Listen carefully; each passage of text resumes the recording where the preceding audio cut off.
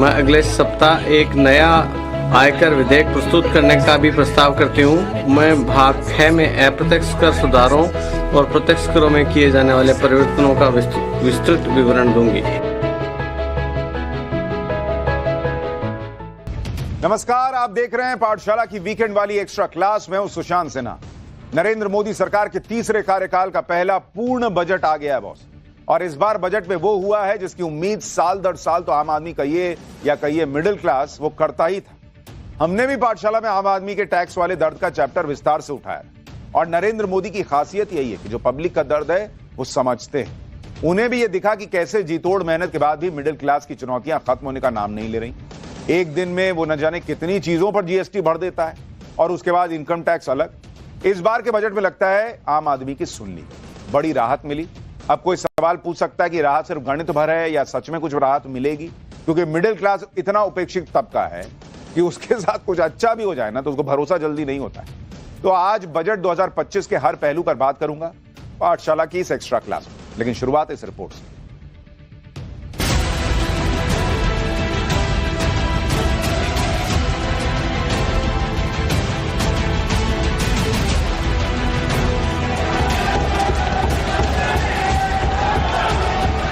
I am now happy to announce that there will be no income tax payable up to income of 12 lakh rupees.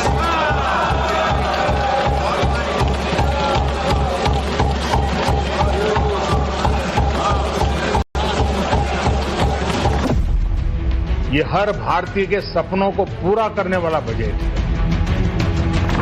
सोचा middle class के लिए बहुत अच्छा है sir. ये तो हमारे लिए अच्छी ही मतलब खुशखबरी है समझो, अगर हमको टैक्स नहीं देना पड़ेगा तो। बजट का पूरा लक्ष्य 25 लोगों को फायदा पहुंचाने का। जो आज का बजट है बिहार के साथ कहीं ना कहीं से खिलवाड़ किया जा रहा है। आप क्या दिखाना चाहते हैं कि 12 लाख का हम रिबेट दें, 12 लाख के लोगों को हम इनकम टैक्स रिबेट दे रहे हैं, लेकिन महंगाई कहाँ रोक पा रहे हैं आप? कुल मिलाकर एक ऊंट के मुंह में जीरा आपने सैलरीड क्लास को जरूर दिया है, बाकी इसके अलावा इस बजट के अंदर कुछ भी नहीं।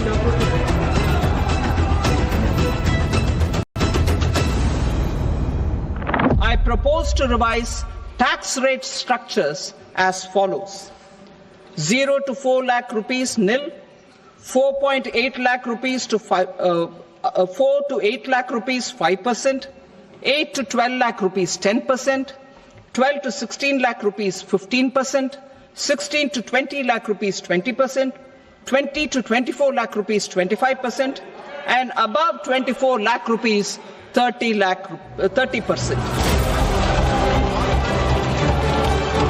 पाठशाला में हमने जो कहा वो वैसे का वैसा ही उतरा। मिडिल क्लास की दिक्कतों की चर्चा जो हमने की थी, उस चर्चा को जैसे पीएम मोदी ने संवेदनशीलता से सुना, और मिडिल क्लास को अब तक की सबसे बड़ी राहत देते हुए मोदी सरकार और वित्त मंत्री निर्मला सीतारमण डिक्टेशन से पास हो गए।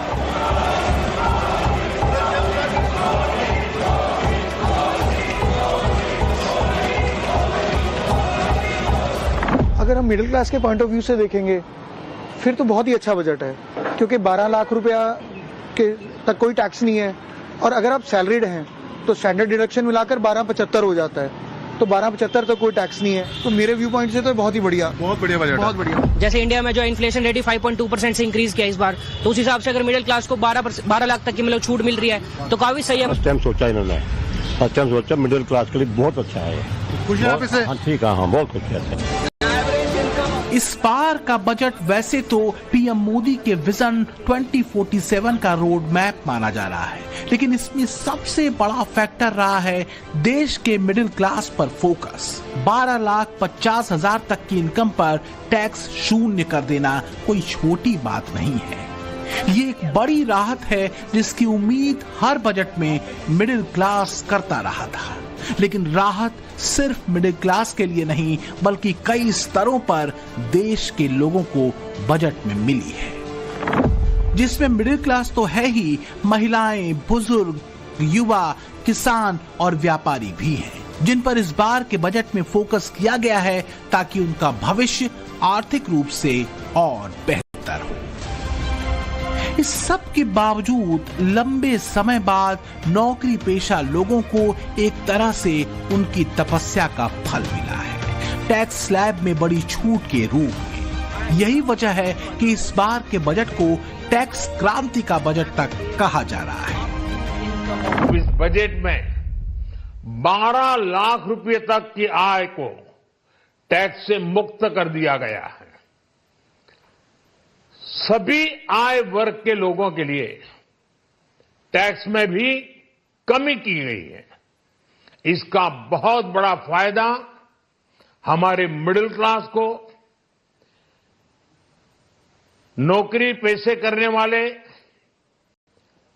जिनकी आय बंधी हुई है ऐसे लोगों को, मिडिल क्लास को इससे बहुत बड़ा लाभ होने वाला है।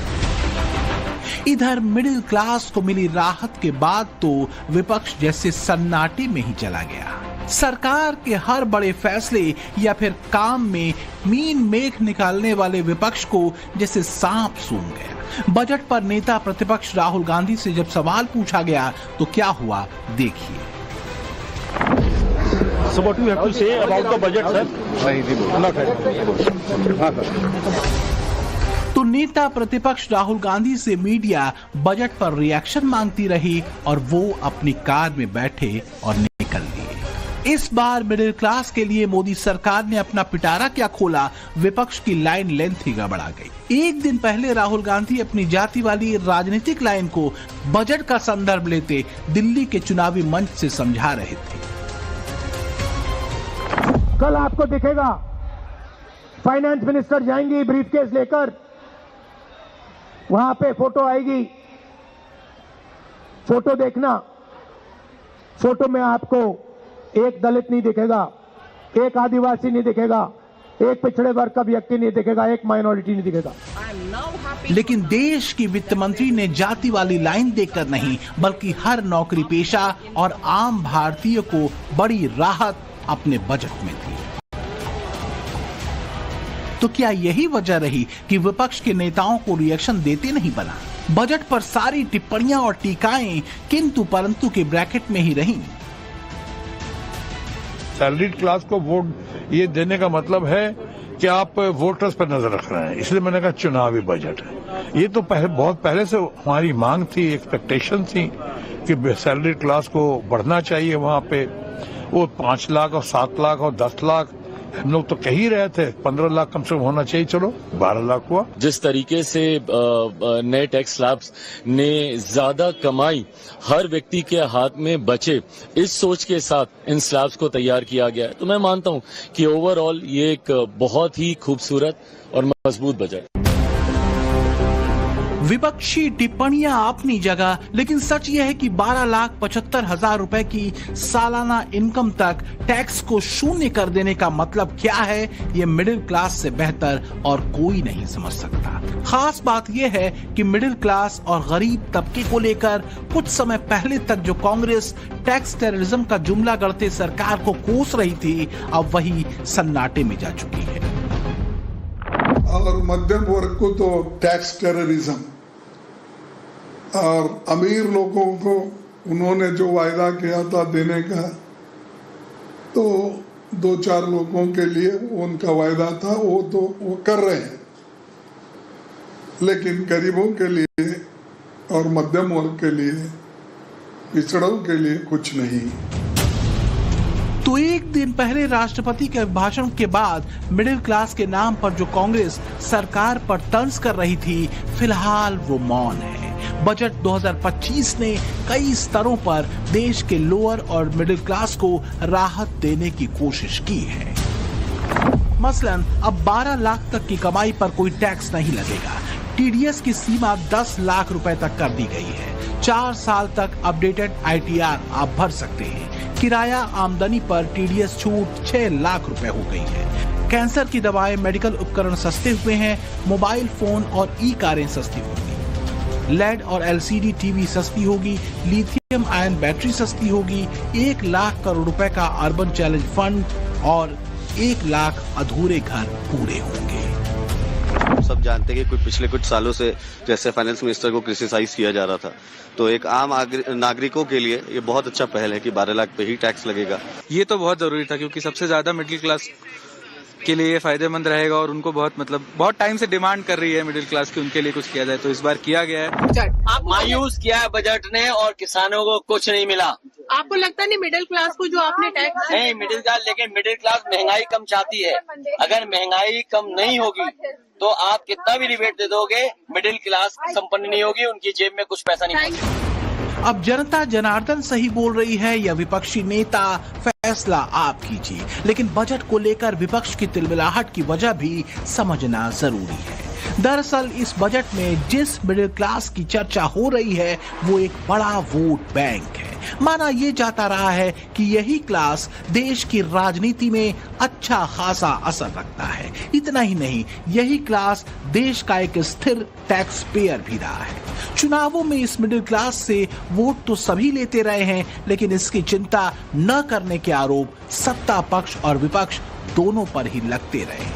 साल 2022 में people research India's consumer economy यानी प्राइस ने एक अनुमान लगाया था, जिसके मुताबिक मध्यम वर्ग का परिवार वो परिवार है जिसकी सालाना आय 5 लाख से 30 लाख के बीच है, जबकि 8 लाख सालाना कम आय वाले परिवार को केंद्र सरकार आर्थिक रूप से कमजोर वर्ग मानती है।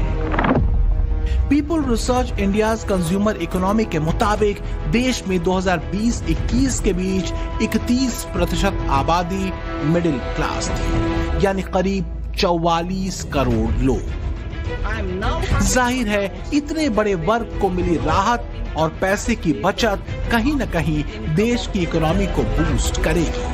ये वर्ग अपने जीवन को बेहतर करने के लिए पैसे खर्च करेगा। टैक्स से बचे पैसे का इस्तेमाल वो अपने बच्चों के बेहतर एजुकेशन से लेकर अपनी जीवन शैली को ऊपर उठाने तक भी करेगा। किसी भी देश के बेहतर भविष्य के लिए जरूरी है बेहतरीन शिक्षा, स्वास्थ्य और स्ट्रॉन्ग इकोनॉमी। बजट 2025 सिर्फ एक फाइनेंशियल ईयर के खर्चे का लेखा जोखा नहीं, बल्कि भारत के भविष्य के रोडमैप का एक अहम हिस्सा भी है। नई ग्लोबल चुनौतियों को देखते हुए किस तरह के प्रावधान इस बजट में दिखे, यह सवाल बड़ा इंपॉर्टेंट है। ग्लोबल मार्केट की डिमांड के मुताबिक जिस स्किल्ड मैन पावर की बात पीएम मोदी करते हैं, क्या उस प्रोफेशनल तबके को तैयार करने में यह बजट सफल होता दिख रहा है? अब इसको समझते हैं। इसमें कोई शक नहीं कि पीएम मोदी का फोकस भविष्य के भारत पर है। यही वजह है कि इस बार के बजट में युवाओं और महिलाओं के लिए भी खास रोड मैप दिखा और इसमें कुछ स्टेप्स बेहद महत्वपूर्ण हैं। जैसे स्टार्टअप के लिए 10,000 करोड़ रुपए का फंड बनेगा, 500 करोड़ रुपए से 3 AI एक्सीलेंस सेंटर बनेंगे, मेडिकल एजुकेशन में अगले 5 साल में 75,000 सीटें बढ़ेंगी, देश में 23 IIT में 6,500 सीटें बढ़ाई जाएंगी, मेडिकल कॉलेजों में 10,000 सीटें बढ़ेंगी, पीएम रिसर्च फेलोशिप के तहत 10,000 नई फेलोशिप दी जाएगी, देश में ज्ञान भारत मिशन शुरू होगा, 1 करोड़ मैन्युस्क्रिप्ट का डिजिटलाइजेशन होगा, पटना IIT में हॉस्टल सुविधा बढ़ाई जाएगी, make in India make for world को बढ़ावा दिया जाएगा, स्किल बढ़ाने के लिए 5 राष्ट्रीय स्तर के सेंटर बनाए जाएंगे। और इसलिए कहा जा रहा है कि वास्तव में बजट 2025 नए ग्लोबल ऑर्डर में भारत और भारतीयों की भूमिका को मजबूत करने वाला बजट है और इसका सूत्र एक ही है, मोदी का विजन 2047।